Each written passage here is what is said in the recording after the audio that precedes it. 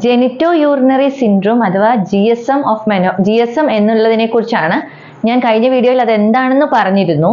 അതിന്റെ ഇമ്പോർട്ടൻസ്, അതിന്റെ ഒരു പ്രാധാന്യം എന്താണെന്നാണ് ഞാൻ പറയാൻ ഉദ്ദേശിക്കുന്നത്. GSM എന്ന് പറയുന്നത് മെനോപോസിൽ വരുന്നതായതുകൊണ്ട്, അതായത് ശരീരത്തിലെ ഈസ്ട്രജൻ കുറയുന്നത് കൊണ്ട് സ്ത്രീകൾക്കുണ്ടാകുന്ന genital and urinary and sexual സിംറ്റംസിനെ പറ്റിയാണ് പറയുന്നത്.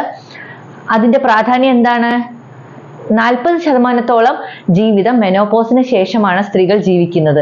അതുകൊണ്ട് തന്നെ ഇത് വളരെ ഒരു ലോങ് ആയിട്ടുള്ള കാലയളവിൽ അനുഭവിക്കുന്ന ഒരു ബുദ്ധിമുട്ടാണ്.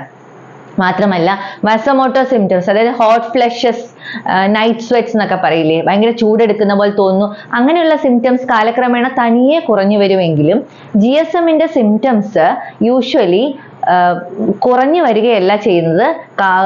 വർഷങ്ങൾ കൂടുന്തോറും അത് കൂടിക്കൂടി വരികയാണ് ചെയ്യുന്നത്. പിന്നെ എന്താണ്, ഇതിനെപ്പറ്റി സ്ത്രീകൾ പൊതുവെ സംസാരിക്കാൻ വിമുഖരാണ്. ഇത് ഡോക്ടറോട് പറഞ്ഞു കഴിഞ്ഞാൽ അതിനെ ഏർലി ആയിട്ട് ട്രീറ്റ്മെന്റ് സ്റ്റാർട്ട് ചെയ്ത് കഴിഞ്ഞാൽ വളരെ ഇഫക്റ്റീവ് ആയിട്ടുള്ള ട്രീറ്റ്മെന്റ് ഉണ്ടെന്നുള്ളത് അറിയാത്തത് കൊണ്ടാണ് പലരും ഇതിനെപ്പറ്റി സംസാരിക്കാൻ മടിക്കുന്നത്. എപ്പോഴും ഗുളികകളുടെയോ ഇഞ്ചക്ഷന്റെയോ മരുന്നുകളുടെയോ ആവശ്യം വരുന്നില്ല. വളരെ ചെറിയ തോതിൽ ക്രീമുകളോ ലോക്കലി അവൈലബിൾ ആയിട്ടുള്ള ക്രീമുകൾ, പിന്നെ നമ്മളുടെ ചില ഹാബിറ്റ്സ്, സ്മോക്കിംഗ് ഉണ്ടെങ്കിൽ അത് നിർത്തുക, അങ്ങനെയുള്ള ചില സ്വഭാവങ്ങളിൽ, ജീവിതശൈലികളിൽ മാറ്റം വരുത്തിയാൽ തന്നെ ഇതിന് വ്യത്യാസം വരും. ഇതിനുള്ള ട്രീറ്റ്മെന്റ് തുടങ്ങുന്നതിന് മുമ്പ് വളരെയധികം ടെസ്റ്റുകളൊന്നും ചെയ്യേണ്ട ആവശ്യമില്ല. പാപ്സ്മിയർ അഥവാ സെർവിക്സിന്റെ ക്യാൻസർ സാധ്യതയെക്കുറിച്ചുള്ള പഠനം നടത്തിയിട്ടില്ലെങ്കിൽ അത് ചെയ്യുന്നത് നന്നായിരിക്കും.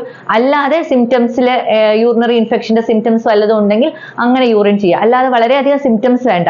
മെയിൻലി ഇത് ഹിസ്റ്ററിയാണ്. പേഷ്യന്റ് എന്താണ് ബുദ്ധിമുട്ടുകൾ പറയുന്നതിനനുസരിച്ചാണ് ട്രീറ്റ്മെന്റ് നിശ്ചയിക്കുന്നത്.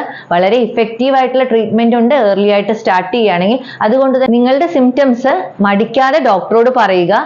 നേരത്തെ ട്രീറ്റ്മെന്റ് സ്റ്റാർട്ട് ചെയ്യുകയാണെങ്കിൽ വളരെ ഇഫക്റ്റീവ് ആയിട്ടുള്ള ട്രീറ്റ്മെന്റ് ഇതിന് അവൈലബിൾ ആണ്.